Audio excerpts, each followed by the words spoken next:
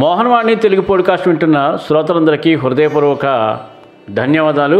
ముందుగా అందరికీ కార్తీక మాస గురువార శుభాకాంక్షలు. ఈ శుభదినమున ఆ పరమేశ్వరుని యొక్క మరియు ఆ సాయినాథుని యొక్క ఆశీస్సులు అందరికీ పుష్కలంగా లభించాలని మనస్ఫూర్తిగా కోరుకుంటూ, ఈరోజు ఈ సత్సంగ బోధలో మన రచయిత శ్రీ యలవర్తి శేఖర్ రాజు గారు అందించిన మరొక అద్భుతమైన ఆణిముత్యాన్ని విని తరిద్దాం. వ్యామోహం. చాలామందికి కూడా ఈ వ్యామోహం అనేది ఉంటుంది. ఈ వ్యామోహం రకరకాలుగా ఉంటుంది. అసలు ఈ వ్యామోహం ఉండడం మంచిదా కాదా? అసలు ఈ వ్యామోహం అనే శీర్షికలో మనకి శ్రీ యలవర్తి శేఖర్ రాజు గారు ఏ విషయాన్ని చెప్పారో అందరం కలిసి విందాం. భక్తి అనేది రకరకాలుగా ఉంటుంది.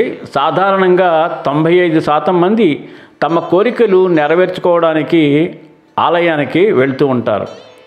మనకు జీవితంలో మరేమీ కోరికలు లేవు, భగవంతుని చేరుకుంటే చాలని అనుకునేవారు మిగిలిన 5% మంది ఉంటారు. అయితే కొన్ని సందర్భాల్లో కొంతమంది మహాత్ములలో ఆశ, వ్యామోహం వంటివి ఉంటాయి. అటువంటి స్థితిలో ఉన్నప్పుడు భగవంతుడు పరీక్ష పెట్టి ఆ లోపాన్ని గుర్తు చేసి దానిని తీసివేసి పైకి లాక్కుంటాడు. ఉదాహరణకు, ఒక భవనానికి 18 మెట్లు ఉన్నాయనుకుందాం. 17 మెట్లు ఎక్కి అలసిపోయాం. ఇంకొక మెట్టు ఎక్కితే పైకి చేరుకుంటాం. కానీ అది చేరుకునే శక్తి లేకపోతే పైన ఉన్న వ్యక్తి సహాయం అందిస్తే ఎలాగోలాగా చేరుకుంటాం. అదేవిధంగా సాధన చివరి దశలో ఉన్నప్పుడు మనలో ఉన్న లోపాన్ని తొలగించుకుని మోక్షం పొందడానికి ఆ పరమాత్ముడే సహాయం అందిస్తాడు. అటువంటి విషయాన్ని తెలుసుకుందాం. రామానంద అనే మహాత్ముడు పండరీపురంలో నివసిస్తూ ఉండేవాడు. అతడు చాలా పేదవాడు. భగవంతుని పూజకు పేద ధనిక వంటి భేదమెన్నడూ ఉండదు. ప్రతిరోజు ఉదయాన్నే కాలకృత్యాలు తీర్చుకుని చంద్రభాగా నదిలో స్నానం చేసి నది ఒడ్డున నిలబడి భగవద్గీతలోని 700 శ్లోకాలు శ్రద్ధగా పఠిస్తూ ప్రతి శ్లోకం చివర విఠలాయ నమః అని చేర్చేవాడు. అంటే విఠలా నీకు అర్పిస్తున్నాను అనే భావంతో చెప్పేవాడు. తరువాత తనకున్న కొద్దిపాటి పొలంలో వ్యవసాయం చేసుకుంటూ జీవనం సాగించేవాడు. ఒకరోజు ఆ ప్రాంతంలో ఎడతెరిపి లేకుండా బాగా వర్షం పడింది. ఒక వ్యాపారి విలువైన శాలువాలు అమ్ముతున్నాడు. సాయంత్రం సమయానికి వర్షం ఎక్కువైంది. అవి తడిచిపోతే అపార నష్టం వస్తుందని తలచి అతడు ఇంటింటికి వెళ్ళి తనకు తలదాచుకోవడానికి కొంత జాగా ఇస్తే రాత్రికి తలదాచుకుని ఉదయాన్నే వర్షం తగ్గగానే వెళ్ళిపోతాను అన్నాడు. కానీ అందరూ చిన్న చిన్న గుడిసెలలో నివసించడం వలన ఎవరు జాగా ఇవ్వలేదు. అలా ఆ వ్యాపారి రామానంద ఇంటికి వచ్చి, అయ్యా, నాకు కొంచెం జాగా ఇస్తే ఈ సాలువులను తడవకుండా భద్రం చేసుకుంటాను అన్నాడు. సరేనని రామానంద తన ఇంటిలోకి ఆహ్వానించాడు. ఆ ఇల్లు ఒకే ఒక ప్రదేశంలో తప్ప మిగిలిన ప్రదేశమంతా వర్షపు చినుకులతో కారుతుంది. రామానంద అతనికి ఆ జాగా చూపి విశ్రాంతి తీసుకోమని తను మాత్రము ఆ వర్షపు చినుకులలో దైవనామస్మరణతో కాలం గడిపాడు. ఉదయానికి వర్షం తగ్గింది. ఆ వ్యాపారి బయలుదేరే ముందు రామానంద వద్దకు వెళ్ళి, మీరు నాకు చేసిన సహాయం వలన నాకు చాలా మేలు కలిగింది, కాబట్టి నేను మీకు ఒక శాలువ ఇవ్వదలిచాను అన్నాడు. అంతటా రామానంద, ఇందులో నేను చేసినదేముంది, ఇంత చిన్నదానికి విలువైనవేమీ వద్దు అన్నాడు. ఆ వ్యాపారి తీసుకోవాలని పట్టుబట్టడంతో కాదనలేక తీసుకున్నాడు. యథాప్రకారం నది వద్దకు వెళ్ళి స్నానం చేసి కొత్త శాలువాను తీసుకుని మొలకు కట్టుకొని భగవద్గీత ప్రారంభం చేసి చెప్తున్నాడు. నోరు పలుకుతుందే కానీ తన ధ్యాసంతా శాలువ జారిపోతుందేమోనని సరిచేసుకోవాలనే దాని మీద ఉంది. యథావిధిగా 700 శ్లోకాలు పూర్తయ్యాయి. కానీ అతనికి తృప్తి కలగలేదు. ఇంతకుముందు ఎప్పుడూ శ్లోకంలో లీనమై చెప్పేవాడు. కానీ ఈరోజు జరీ శాలువ వ్యామోహంలో శ్రద్ధ లేకుండా చెప్పడం అతని మనస్సు అంగీకరించలేదు.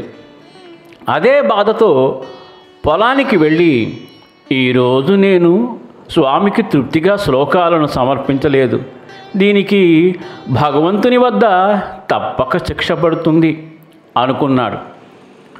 భగవంతుని శిక్ష వేసేదానికంటే నేనే ముందుగా అనుభవిస్తే సరిపోతుందనుకొని ప్రతిరోజు వలె ఎద్దులను నాగలికి కట్టి పొలాన్ని దున్నే బదులుగా ఆ శాలువను నాగలికి కట్టి ఆ శాలువని తన నడుముకు కట్టుకొని దున్నడం ప్రారంభించాడు.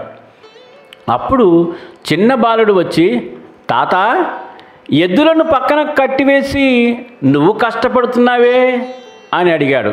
అంతటా రామానంద, ఈరోజు ఒక పొరపాటు చేశాను, అది నా మనసును వేధిస్తుంది, దానికి నాకు తప్పకుండా శిక్ష పడుతుంది. భగవంతుడు శిక్ష విధించేదానికి ముందే నేను దానిని అనుభవిద్దామని ఇలా చేస్తున్నాను అన్నాడు. అప్పుడు ఆ బాలుడు, నువ్వు రోజు విఠలుడిని ధ్యానం చేస్తావు కదా, మరి విఠలుడే వచ్చి దున్నడం ఆపివేయమంటే ఆపివేస్తావా అని అడిగాడు. రామానందుకు అర్థం కాక ఆలోచిస్తున్నాడు. ఒక్కసారిగా విఠలుడి నామాన్ని స్మరించుకున్నాడు. ఆ బాలుడు విఠలుడిగా దర్శనమిచ్చి, రామానంద, నీవు అన్నిటిలో పరిపూర్ణత సాధించావు, కానీ వ్యామోహం కొద్దిగా ఉండిపోయింది అన్నారు. దానిని పోగొట్టాలనే ఉద్దేశంతో వ్యాపారి రూపంలో వచ్చి జరీ శాలువ ఇచ్చింది నేనే, గీత చెప్పేటప్పుడు శ్రద్ధ కలగకుండా చేసింది నేనే, ఈరోజు ఈ స్థితిని అనుభవింపచేసి నీ తప్పును తెలియచేసింది నేనే అని చెప్పి అతనిని సశరీరంగా తనలో లీనం చేసుకున్నాడు. మన తోటి వారు గుడికి వెళ్తున్నారు, మనం కూడా గుడికి వెళుతున్నామనేది ముఖ్యం కాదు. మనం గుడికి ఎలా వెళ్తున్నాము, ఎంత శ్రద్ధాభక్తులు వెళుతున్నాము అనేది ఒక్కసారి మనల్ని మనం పరిశీలించుకుందాం. ఈ భూమి మీద ఉన్న అన్ని జీవులలో ఉత్తమమైన మానవ జన్మకు పూర్వజన్మ పుణ్యఫలం వలన వచ్చాము. కావున ఉత్తమమైన కర్మలు చేసినట్లయితే మరు జన్మలో ఉత్తమోత్తమైన జన్మలు పొంది ఇతరులతో పరుషంగా మాట్లాడకుండా ఎటువంటి ఆశ వ్యామోహాలు లేని స్థితికి చేరుకునే జన్మరాహిత్యాన్ని పొందవచ్చును. చాలా అద్భుతమైన విషయం అండి.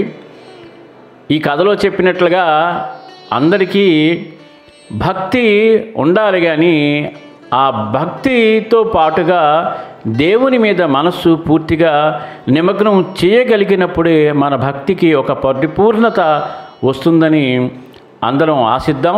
కాబట్టి ఈరోజు నుండి ఇంకొద్దిగా మన మనస్సును ఆ భగవంతుని పైన కేంద్రీకరించి అతి భక్తితో ఆ భగవంతుని పూజించి ఆ భగవంతుని యొక్క ఆశీస్సులు పొందాలని మనస్ఫూర్తిగా కోరుకుంటూ, ఈ కార్తీక మాసం రోజున ఇంత అద్భుతమైన భక్తిని గూర్చి చెప్పే ఒక గొప్ప కథను మనకు అందించిన మన రచయిత శ్రీ యలవర్తి శేఖర్ రాజు గారికి మోహనవాణి మరియు మోహనవాణి శ్రోతల తరపున మరియు సత్సంగ ప్రియుల తరపున హృదయపూర్వక ధన్యవాదాలు తెలియచేసుకుంటూ, అందరికీ నాదొక విన్నపం.